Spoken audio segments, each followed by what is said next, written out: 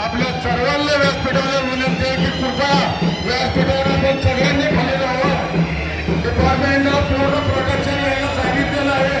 सगळ्या कार्यकर्त्यांना विनंती, फक्त 5च लोकांना व्यासपीठ दिले.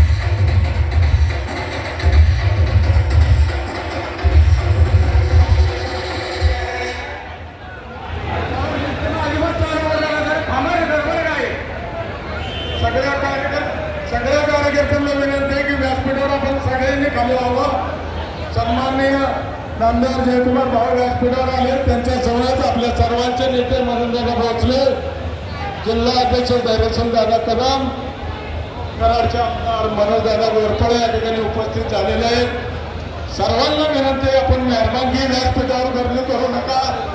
या ठिकाणी वेळ थांबणारे